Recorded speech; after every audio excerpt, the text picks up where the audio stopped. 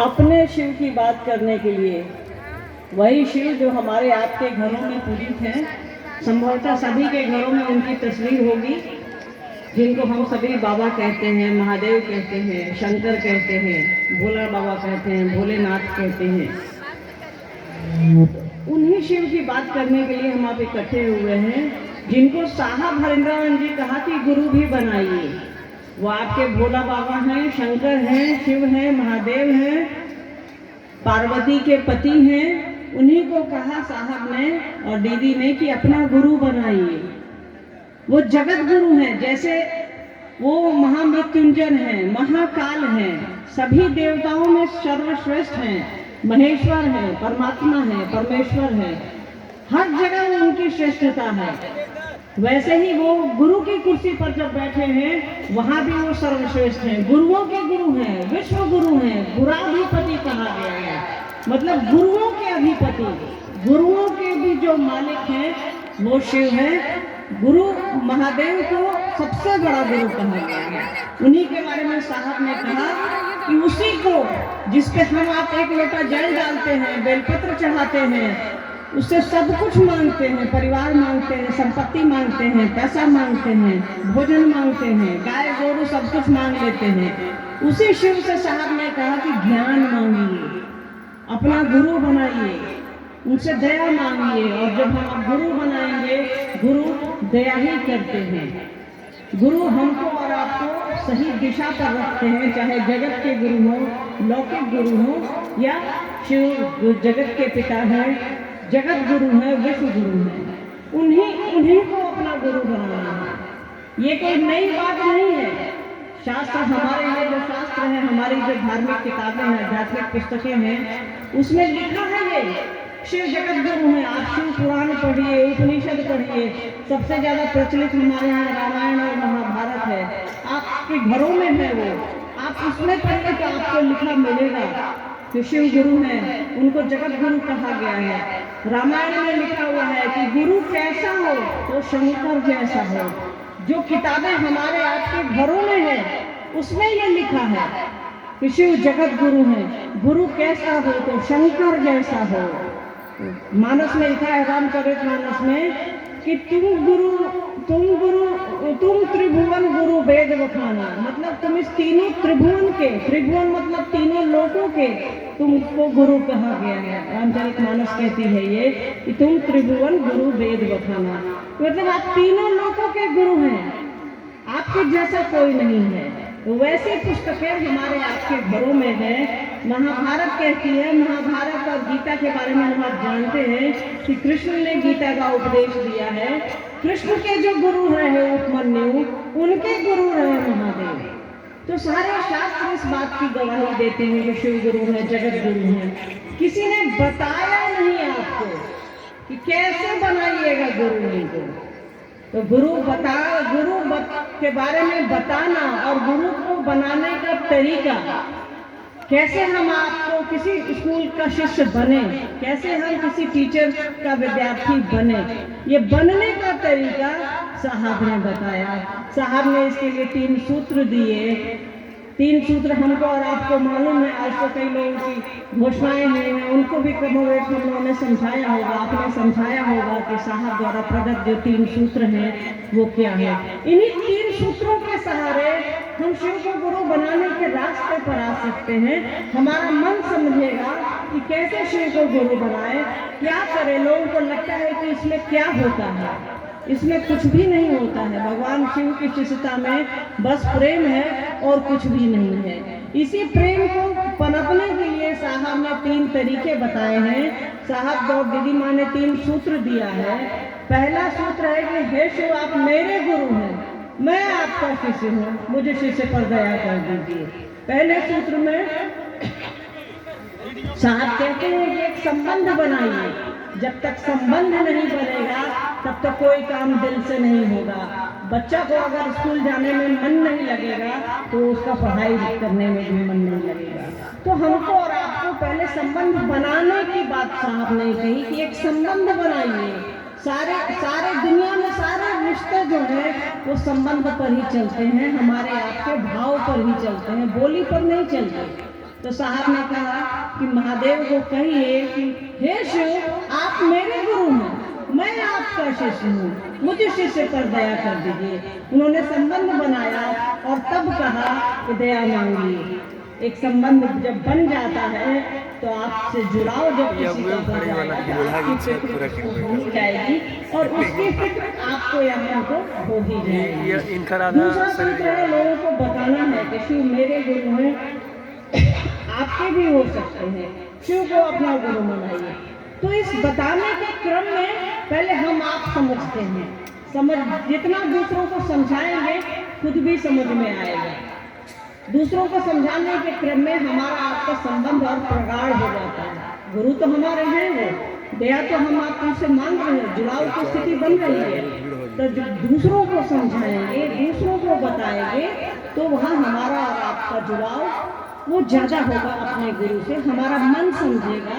जितनी देर हम आप चर्चा करते हैं उसमें कुछ सेकंड, कुछ पल के लिए तो हमारा आपका ध्यान उस गुरु पर जाता है।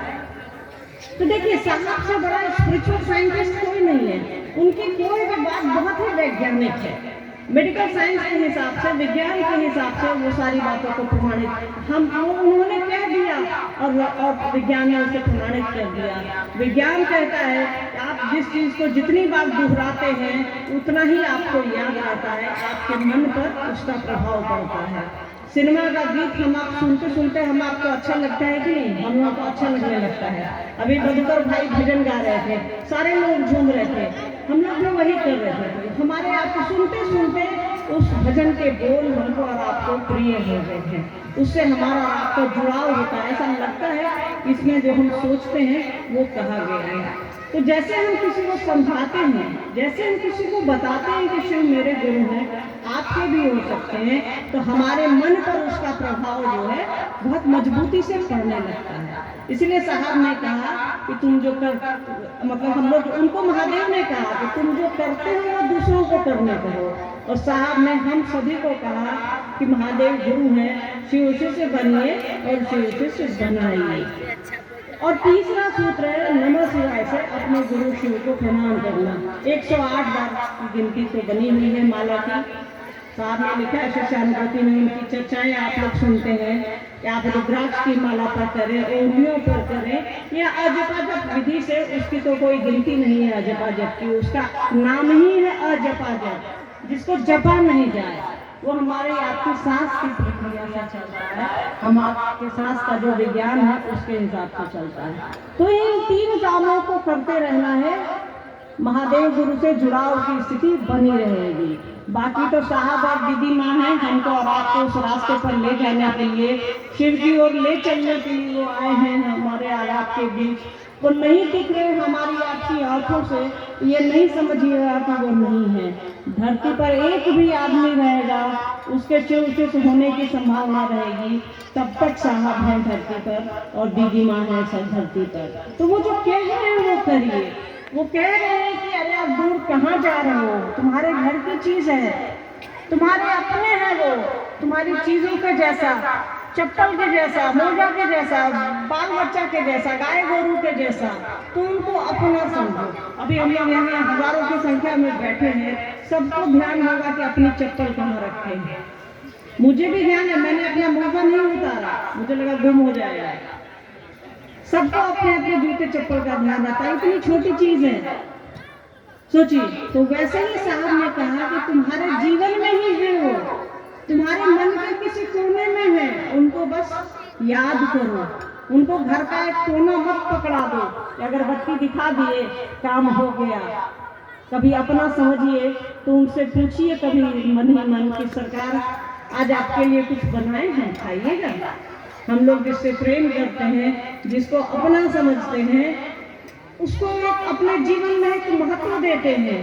तो साहब ने यही तो कहा है कि आप अपनी छोटी से छोटी चीज के बराबर भी उसको महत्व दे लीजिए ना, आपका काम हो जाएगा। जिसने सब कुछ दिया है, ये सृष्टि उसकी है, ये दुनिया उसने बनाई है, जो सब कुछ दिया है, हम आप जिसको सारी ठिकानी है हमारी आपकी, इसी सांस पर ना सब कुछ है। अगर हम आप सांस लेना बंद कर दे, अभी मैं अगर मेरी सांस बंद हो जाए चलना, सब लोग आप छोड़ के चले जाइएगा। कि अरे मर गए मर गए, सारा फुटानी तो इसी सांस पर है। तो जो ये सांस दिया है, जो ये शरीर दिया है, उसको तो याद कर ले, जिसने सब कुछ दिया है, इस दुनिया में भेजने का जो काम किया है, ये एहसान तो चुका दे।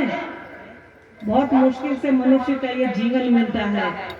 अपने जीवन को यथार्थ में बदलिए, अपने जीवन को सौभाग्य में बदलिए शिव का शिष्य बन करके। इससे अच्छी बात धरती पर नहीं है कि हम आप शिव के शिष्य बने और साहब दीदी का संकल्प आगे लेकर के चले। इससे बड़ी बात कुछ नहीं है। जीवन चलता रहेगा, हम आप चूक जाएंगे, चले जाएंगे, पर शिव की शिष्यता रह जाएगी। तो शिव शिष्य बनने की कोशिश हमको और आपको करनी चाहिए। जैसा साहब कह रहे हैं, जैसा दीदी माँ कह रहे हैं, वैसा करने की कोशिश कीजिए। बहुत सिंपल है ये, बहुत सीधा सा है, एकदम अपने घर जैसा, अपनी चीजों के जैसा। बस लोगों से बात करनी है कि शिव मेरे गुरु हैं, उनको अपना बनाइए और कुछ नहीं करना, ना कुछ छोड़ना है ना कुछ पकड़ना है, बस महादेव को अपना समझना है। साहब ने कभी किसी को कहा नहीं कि तुम ये छोड़ो, तुम वो पकड़ो, बस उन्होंने कहा कि तुम शिव को पकड़ लो, बाकी कुछ भी छोड़ने और पकड़ने की जरूरत नहीं है। जो करते हैं करते रहिए। आपको कोई त्योहार करना है करते रहिए, आपको कुछ खाना है खाते रहिए, आपको कुछ नहीं खाना है तो नहीं खाइए, इससे कोई फर्क नहीं पड़ता है उसको। पर वो जो कह रहे हैं कि शिव को पकड़िए, गुरु बनाइए, अपना समझिए, उनसे दया मांगिए, तो ये करने की हमको और आपको कोशिश करनी चाहिए। साहब की एक चर्चा है, आप लोगों ने सुनी होगी कि साहब कह रहे हैं कि उससे दया मांगिए। वो दया क्यों नहीं करेंगे? लड़िए उनसे हम लोग चीजों के लिए लड़ते हैं। सुनते हैं लोग देवघर जाता है 150 किलोमीटर 170 किलोमीटर पैदल चल करके, तो क्या मन से हम आप एक सेकंड भी उनको नहीं दे सकते हैं? आपको 170 किलोमीटर जाने की जरूरत ही नहीं है। ये तो मन की यात्रा है, आपके दिल की यात्रा है।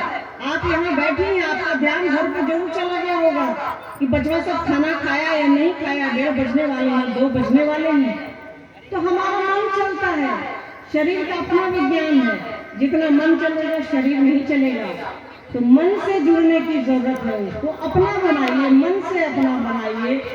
आप बोले नहीं सही, लोगों को समझाइए कि शिव मेरे गुरु हैं। साहब ने कहा है कि एक दिन झगड़ा करते रहिए, आपको मोहब्बत हो जाएगी। बोले नहीं सही, कहिए ना कि सरकार आप मेरे गुरु हैं। विश्वास नहीं है तो भी कहिए, साहब ने कहा है, साहब ने लिखा है अपनी पुस्तकों में कि बिना विश्वास बिना श्रद्धा के भी आप उसको अपना गुरु बना सकते हैं। हम आप जब किसी नए संबंध में जुड़ते हैं, वहाँ भरोसा नहीं रहता है, पर धीरे धीरे शादियां होती हैं, वहाँ भरोसा थोड़ी रहता है। वहाँ हम लोग एक दूसरे को नहीं जानते हैं, फिर भी धीरे धीरे रहते रहते एक दूसरे से प्रेम हो जाता है और जीवन अच्छे से चलने लगता है। वही स्थिति जब छोटा सा छोटा काम हम आप कर सकते हैं, तो क्या शिव को गुरु नहीं बना सकते? शिव को अपना नहीं समझ सकते? जिनका सब कुछ है उन्हीं से हम लोग दूर है, उनको नजदीक लाइए, अपने जीवन में लाइए, अपने घर के कोने से बाहर निकालिए, अपने मन के कोने में रखिए, अपने दिल के कोने में रखिए उसको। हम लोग तो घर में वो रैक बना देते हैं, रोज अगरबत्ती दिखाए, मन हुआ तो सावन बिताइए, कहते एक लोटा जलो डाल दिए, दूधो डाल दिए, बेलपत्र भी नोच नाच के डालिए देते हैं, बस काम खत्म हो गया। शिव की उस प्रकृति को हम आप ऐसे ही तबाह कर रहे हैं। क्या उस आदमी जिसके माथे पर गंगा है, उसको एक लोटा जल डाल के क्या करेंगे हम आप? कभी सोचा है आपने? जो गंगा को माथे पर रखेगा उसको पानी की जरूरत है। पर खैर ये एक परंपराएं हैं जो चली आ रही हैं, ये विचार में की चीज नहीं है। पर फिर भी अगर हमारा और आपका भाव हो जाए ऐसा कि सरकार मेरे पास कुछ नहीं है, एक बूंद पानी भी नहीं है आपको देने के लिए, पर फिर भी जो चीज है सब आपका है, आप स्वीकार कीजिए। यही तो चाहिए, बस इसी बात का तो खेला है, बस यही तो करना है हमको और आपको कि मेरे पास देने के लिए आपको कुछ नहीं है। अगर दे भी रहा हूँ, आपका पानी है, आपके पौधे हैं, आपका पेड़ है, आपकी प्रकृति है, आप ही तो दे रहे हैं। तो जो सबसे जरूरी चीज है वो देते नहीं है, ऐसे ही पेड़ को नोच नाच देते हैं, जियान कर देते हैं। जो जहाँ कुछ देने में कोई खर्च नहीं है, जो हम दुनिया में ऐसे ही नहीं करके आए हैं। शिव ने हमको और आपको दुनिया में प्रेम के साथ भेजा है, प्रेम से ही भेजा है, प्रेम के लिए भेजा है, वही रह जाता है।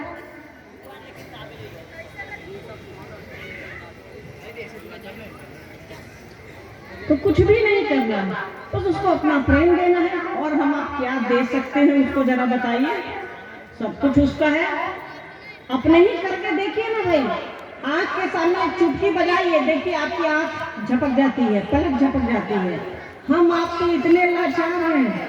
एक पैर पे खड़े होइए लंगड़ा बन करके, दूसरा पैर जरा उठाइए तो। लंगड़ी खेलते थे ना बच्चों में हम लोग, एक पैर उठ जाता है, दूसरा जरा उठाइए। अगर हम आप बहुत ताकतवर हैं तो दूसरा पैर कितनी देर के लिए उठा सकते हैं बताइए। तो लाचार है हम, पर उस लाचारी को अपने सौभाग्य में बदलिए ना। कितना कमजोर है हम। विज्ञान उस शिव के सामने कितना कमजोर है। अभी तक एक घास तक नहीं बना पाए हैं जिस घास पर हम अब बैठे हैं। सोचिए, मेडिकल साइंस इतना आगे चला गया है, दिमाग बदल देता है सबका, दिल बदल देता है, पर वो मन नहीं बदल पा सकता है। उसने खून तक नहीं बना पाया है, जिस पर सारी चीजें हैं। हमारे शरीर का अगर खून निकल जाए तो हमारी आपकी मौत हो जाएगी।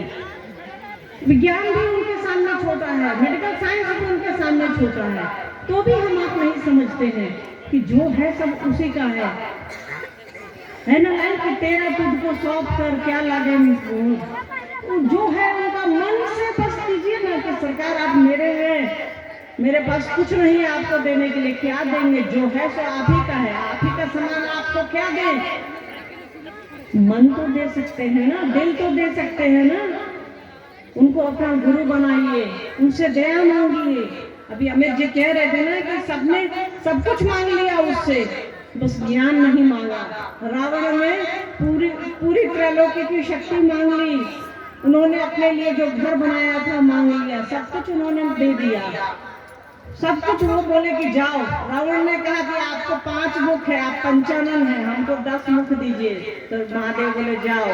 रावण को देखा होगा ना आप लोग, 10 मुख है, उसके 10 चेहरे हैं। कभी सोचा है कि 10 चेहरे कहाँ से आए इसको? रावण ने महादेव को कहा कि आपके पास 5 चेहरे हैं, पंचानन कहा गया है। आनंद मतलब मुंह, 5 आनंद मतलब 5 मुंह है आपको। तो मुझे ऐसे आशीर्वाद दीजिए, मैं आपका भक्त हूँ, तो मैं दशानन कहलाऊं। तो महादेव ने कहा तथास्तु। उसको 10 मुंह हो गए। ये हम लोग भी नहीं जानते थे, इतिहास के विद्यार्थी हैं फिर भी नहीं जानते थे, पर ये साहब ने बताया कि दशानन कहा जाता है रावण को। किसी ने सोचा है कि क्यों कहा गया 10 मुंह, उसको कहाँ से आया? ये शिव का आशीर्वाद है कि उन्होंने कहा कि आपको 5 है, हमको 10 दीजिए, दुगना दीजिए। फिर भी उसने महादेव से ज्ञान नहीं मांगा। अगर रावण उनसे ज्ञान मांगे रहते तो उनकी स्थिति ये नहीं होती, भेष में ही सही, कपड़ों में ही सही, साधुता बदनाम नहीं होती। क्योंकि उन्होंने बुद्धि नहीं मांगी, ज्ञान नहीं मांगा चीजों को चलाने के लिए, ऑपरेट करने के लिए। कोई भी चीज बनती है तो उसमें बनाने का तरीका होता है। आपको मोबाइल दे दिया जाए, आपको मालूम ही नहीं है कि ऑन कैसे होगा, घंटी कहाँ से बंद होगी, तो क्या फायदा आपको और हमारे लिए? तो आपके पास सब कुछ है, बस उसको सींचने की जरूरत है। आपके पास दिया है, बस उसको लगाइए, उसमें खाद पानी डालिए। और खाद पानी डालने के लिए साहब दीदी माँ हमारे आपके पास उपलब्ध है। उस पौधे को बड़ा कीजिए। शिव शिष्यता का जो पौधा आपके मन में बनेगा, वो साहब दीदी है उसकी देखभाल करने के लिए। वो जो कह रहे हैं करिए, वो कह रहे हैं कि शिव शिष्य बनिए और शिव शिष्य बनाइए। तो इस दिशा में हम आप चले कि शिव शिष्य बने और शिव शिष्य बनाए।